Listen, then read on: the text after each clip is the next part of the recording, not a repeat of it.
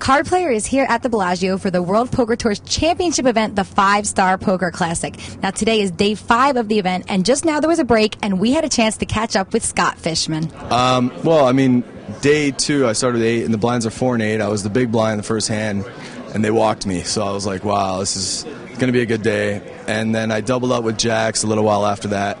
And then I just played really well. I actually got up to about 240 on day 2.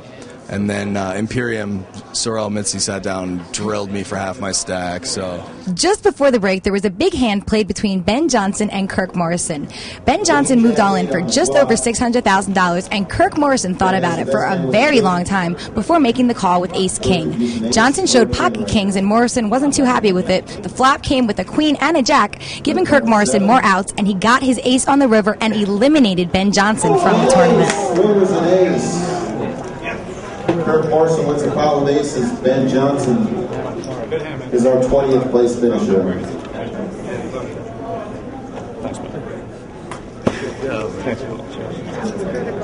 That's such a lot, Max. I about laid that down. I know easy. I'm a little bit less chips. What was your thought process making that call? It took me a while to think about that.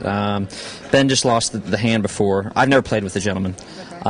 He didn't play that many hands, which had a lot of influence on the way I was going to play this hand. And but he lost the hand before, and there's a chance he might be steaming. You know, I looked at him real hard. He looked pretty calm, which didn't really help me that much. And but for the fact that I was risking less than a third of my chips and I have a chance to bust somebody out. How much was the call? $673,000.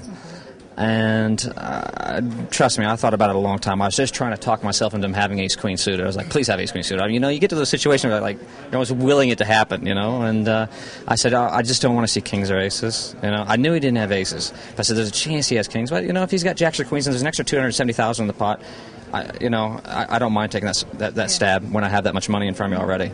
Because I think I can come back from anything. I play a short stack very well, but I don't want to play a short stack. But let's get rid of that. And you wouldn't even have been short stacked, even if you had lost the hand. Stack. And of course, he turned over 2 kings, and I wasn't real happy with it. That's for sure. And I'm glad he didn't have jacks or queens because it came jack queen. So, but it gave me extra outs with the 10. And, absolutely. And I spiked an ace, and I bet that's been far and few in between for me. So, but I think it's my time. I really do. So. I was going to keep on trucking. Ben, tell me about that last hand. What was going through your mind when you were waiting for Kirk Morrison to either call or fold?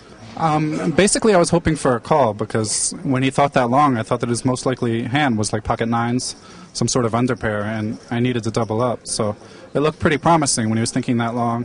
I was actually shocked when he turned over ace-king, but I'll still take a call. Yeah, and then it was a nice flop. Well, decent. He flopped a gut few shot. More outs, yeah, flop is queen jack rag, so it's not, you can't relax, but no, you'll take it. And then that ace came on the river. Yes, the ace on the river. I've seen cards like that. I've received them. So what are you going to do?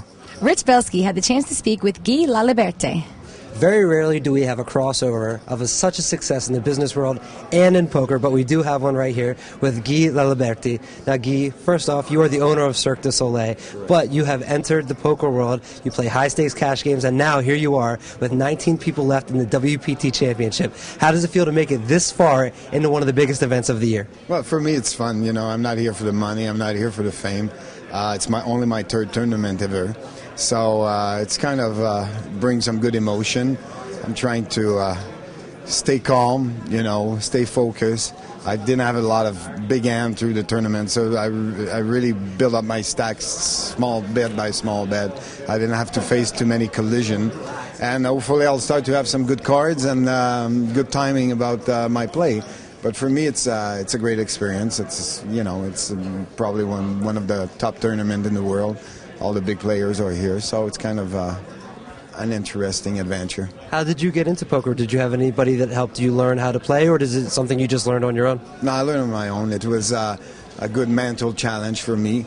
I always liked gambling, so I got into poker about 1.5 years ago and play a lot of game. I read some book. And there's a lot of analogy from my background. I come from the street. I lived 10 years in the street. In the street, you develop that sense of intuition, and you have to read people. Your life depends on it. So it's a little bit I could use that here in the poker world.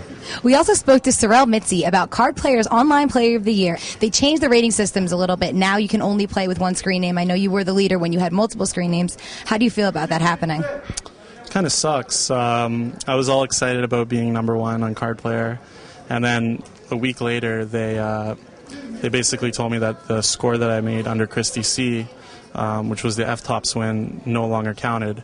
That was kind of disappointing, but I think I'm gonna probably manage to get top 5 if I keep playing online and keep showing the results that I've been showing. So do you plan on trying to play more under just one screen name now that you know only one screen name counts towards the Online Player of the Year?